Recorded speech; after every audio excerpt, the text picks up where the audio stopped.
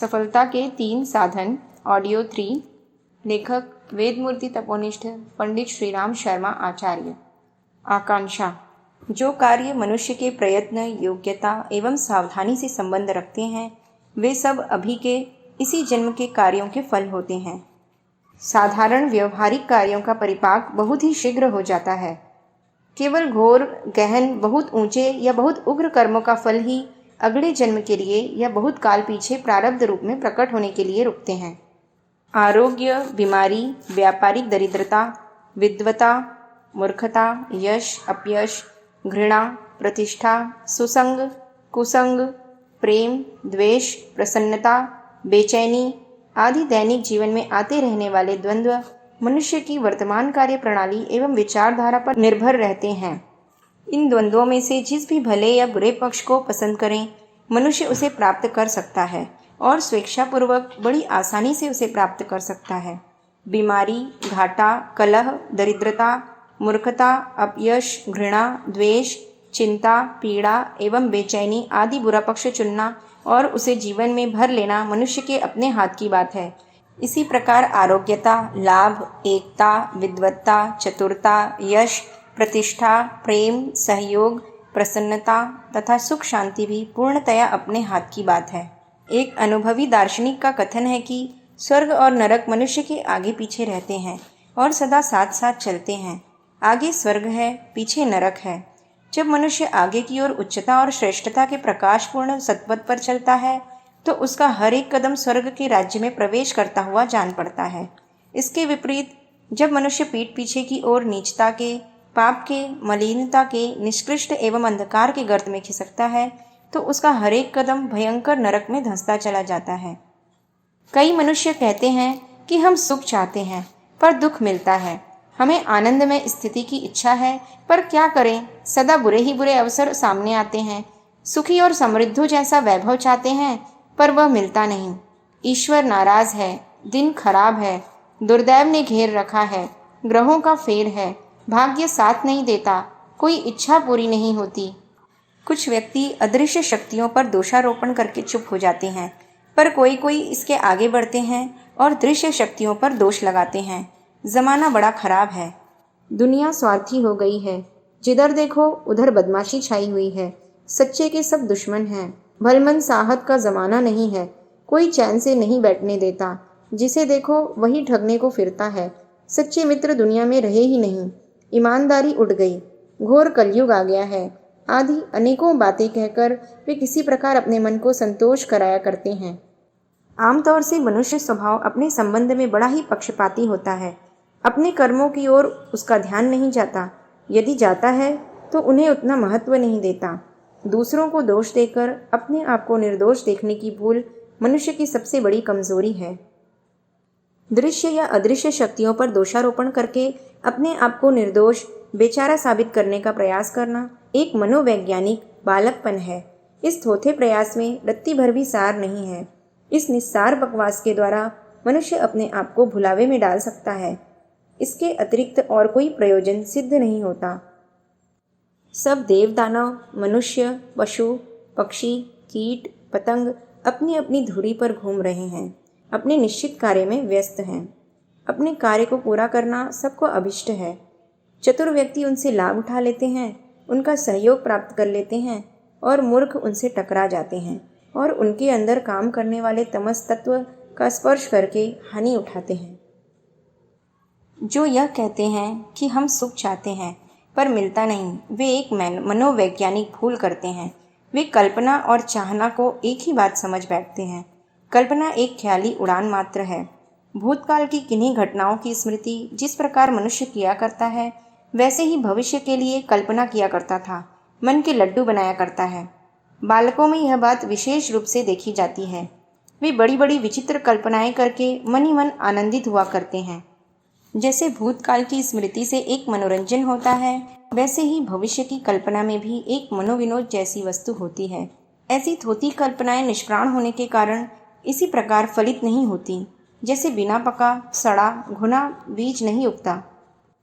चाहना या इच्छा इससे बलवान होती है, उसमें प्राण रहता है। जब मनुष्य अपने में किसी अभाव को अनुभव करता है उसकी आवश्यकता एवं उपयोगिता को समझता है और प्राप्त वस्तु द्वारा प्राप्त होने वाले आनंद की कल्पना करता है तो मन में एक बेचैनी एवं छटपटाहट होती है। यही इच्छा या चाहना है। इच्छा एक प्रकार की प्यास है जो हर घड़ी मनुष्य को टोंचती है और इच्छित वस्तु को प्राप्त करने के लिए प्रेरित करती है। इच्छा से प्रेरित होकर मनुष्य अभीष्ट वस्तु को प्राप्त करने के संबंध में विचारों को दौड़ाता है, सोचता और विचारता है। इस चीज़ को प्राप्त करने की सामर्थ्य मुझ में है या नहीं, जिन क्षेत्रों से उसको प्राप्त करने के साधन मिलेंगे वहाँ तक मैं पहुँच सकूँगा या नहीं, आदि प्रश्नों पर बुद्धि ध्यान देती है और पक्ष विपक्ष के तर्कों पर विचार करके यह निर्णय देती है कि इस कार्य को पूरा किया जा सकता है या नहीं।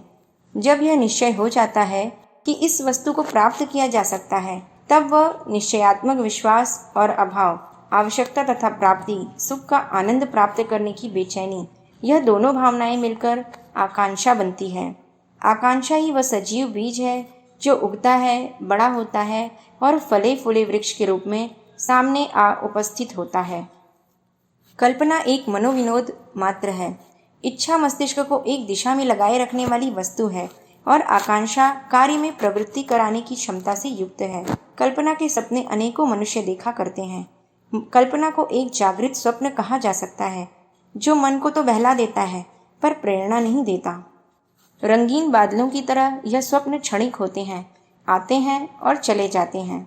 चले जाने के बाद मन पर उनका कोई असर नहीं रहता, परंतु इच्छा इससे आगे बढ़ी हुई है। यह वस्तु मैं प्राप्त कर ही सकूंगा, इस निश्चय के अभाव में इच्छा की भावना मन क्षेत्र तक सीमित रहती है, मस्तिष्क में ही घुमड़ती रहती है। अनेक कच्ची उम्र के लड़के जब सिनेमा देखकर आते हैं तो उसमें देखी हुई स्त्री अभिनेत्रियों की कामुकतापूर्ण भाव भंगिमा उनके मन में धंस जाती है। फिर वे वैसी ही किसी परी को चाहने लगते हैं। दिमाग में वही धुआं घुमड़ता रहता है। रात को निद्रित स्वप्न में और दिन को जागृत स्वप्न में उन्हें वही परियां दिखती हैं। सिनेमा के अखबार पढ़ते हैं, अभिनेत्रियों के फोटो खरीदकर देखा करते हैं, उनके संबंध में चर्चा छेड़ते हुए बड़े रस का अनुभव करते हैं, परंतु साथ ही यह भी जानते हैं कि मेरा बाप मजदूरी करता है, इसलिए ऐसी परी नसीब होना मेरे लिए मुश्किल है। परी होने की इच्छा निश्चय के अभाव में प्रेरक नहीं हो पाती। परियों को प्राप्त करने का उन लड़कों का प्रयत्न नहीं चलता, केवल वह इच्छा मस्तिष्क में कुलबुलाती भर रहती है। सुखों की कल्पना करते रहने वाले मनुष्य इस संसार में बहुत हैं। इसके बाद इच्छा करने वालों का नंबर है। लौकिक और पारलौकिक सुखों की नाना विधि इच्छाएं लोग किया करते हैं, परंतु इच्छाओं की जड़ में प्रेरणा और दृढ़ता नहीं होती। फलस्वरूप या तो वे अभीष्ट सिद्धि के लिए कोई प्रयत्न ही नहीं कर पाते, यदि करते हैं तो वह प्रयास इतने निर्बल होते हैं कि सफलता में विलंब की आशंका होने पर या मार्ग में कुछ कठिनाई आदि दिखाई देते ही वे टूट जाते हैं। जो काम अधूरे मन से आधी शक्ति से किया जाता है वह पूरा नहीं होता। एक कार्य आरंभ किया और कुछ ही चलकर बंद हो गया। ऐसे व्यवधानों का हेतु इच्छा की कमी एवं निर्बलता ही है। इस प्रकार काम आरंभ करने और उसके बीच टूट जाने के दोष की सफाई लोग यह कहकर दिया करते हैं कि क्या करें, जी नहीं लगता, सफलता दिखाई नहीं देती। यह सभी उत्तर बनावटी हैं। असली कारण होता है दिलचस्पी की कमी, इच्छा की निर्बलता। कल्पना या अधूरी इच्छा इष्ट सिद्धि तक ले पहुंचने की क्षमता नहीं रखती। ऐसी दशा में जो लोग यह कहते हैं कि हम सुख चाहते तो हैं पर वह मिलता नहीं, ऊंचा उठना चाहते हैं पर उठ नहीं पाते, ये यह भूल जाते हैं कि उनका चाहना बहुत निर्बल है, वह कल्पना या हीन वीर्य इच्छा मात्र है। उसके आधार पर कोई कहने लायक महत्वपूर्ण सफलता नहीं मिल सकती। जीवन में कोई महान विभूति संपादित नहीं की जा सकती। इन पंक्तियों में जिस आकांक्षा की महत्ता बताई जा रही है वह सजीव, प्राणयुक्त, प्रेरक शक्ति से परिपूर्ण और दृढ़ निश्चय से भरी हुई इच्छा है। इसी को आकांक्षा कहते हैं। इच्छा केवल मस्तिष्क में हलचल मचाती है, पर आकांक्षा मस्तिष्क और कर्म दोनों को अपने मार्ग पर नियोजित कर देती है। यह आकांक्षा ही वह तत्व है जिसके द्वारा कोई मनुष्य ऊंचा उठता है, आगे बढ़ता है, प्रतिष्ठा, विद्वत्ता, संपत्ति तथा समृद्धि प्राप्त करता है और महापुरुष बनता है। इंद्रिय भोगों से लेकर ईश्वर प्राप्ति तक संपूर्ण आनंददायक तत्व इस आकांक्षा द्वारा ही प्राप्त होते हैं। जिसकी आकांक्षा जितनी ही प्रबल होती है वह उतनी ही शीघ्रता से अधिक परिमाण में सफलता प्राप्त कर लेता है। जिसमें यह आकांक्षा जितनी ही मंद होगी, इसी अनुपात से उसकी उन्नति का मार्ग रुका रहेगा। मनुष्य जीवन में सबसे बहुमूल्य तत्व यह आकांक्षा ही है। मधुमक्खियों के छत्ते में एक रानी मक्खी होती है। यह रानी मक्खी जहाँ जाती है, छत्ते की अन्य सारी मक्खियाँ उसी के साथ चल देती हैं। यदि वह वर्तमान छत्ते को छोड़कर चल दे और कहीं नया छत्ता बनाए, तो अन्य सारी मक्खियाँ भी उसी का अनुकरण करेंगी। आकांक्षा रानी मधुमक्खी के समान है। वह जिधर चलती है, उधर ही अन्य शारीरिक एवं मानसिक शक्तियाँ काम करने लगती हैं। संपूर्ण शक्तियों का एकीकरण होकर जब एक दिशा में प्रगति होती है, तो बड़ा उत्साहवर्धक परिणाम निकलता है। बारूद को जमीन पर बिखेर कर उसमें आग लगा दी जाए तो वह भग से जल जाएगी एवं थोड़ा सा धुआं छोड़कर समाप्त हो जाएगी, किंतु उसे यदि बंदूक की नली में भरकर चलाया जाए तो शारीरिक और मानसिक शक्तियों की गोली बारूद जिस निशाने पर चलाई जाएगी, वह लक्ष्य अवश्य विद जाएगा।